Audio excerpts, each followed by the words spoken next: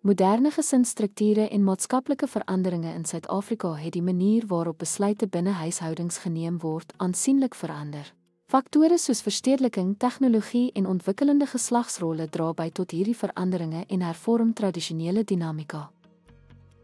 Veranderinge in moderne gesinsbesluitneming verskywing na egalitaire rolle, geslagsrolle word meer gebalanseerd met beide vennote wat aan besluitneming deelneem.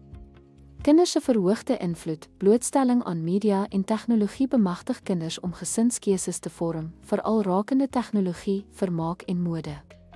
Impak van verstedeliking en moderne lewenstyle. Stedelike gesinne is geneig om kernstrukture aan te neem, met die klem op individuele insette en gedeelde besluitneming. Tegnologie en digitale invloed, toegang tot die internet en aanlyn resensies stel gesinslede in staat om onafhanklik produkte te ondersoek en ingeligte menings te lewer. Kulturele diversiteit en gemengde gesinne. Suid-Afrika se multikulturele samelewing bevorder diverse gesinsdinamika met gemengde en uitgebreide gesinne wat inklusiewe besluitnemingsprosesse aanneem. Ekonomiese druk en gedeelde finansiële besluite. Ekonomiese uitdagings dryf kollektiewe besluitneming en verseker doeltreffende toewysing van hulpbronne. Aanvaarding van volhoubaarheid en etiese keuses. Moderne gesinne oorweeg toenemend volhoubaarheid en etiek in hul aankoopbesluite.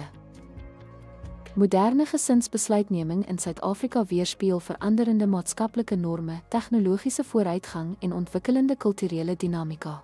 Hierdie verskywings bevorder 'n meer inklusiewe en samewerkende benadering tot huishoudelike keuses wat aanpas by die eise van die hedendaagse lewe.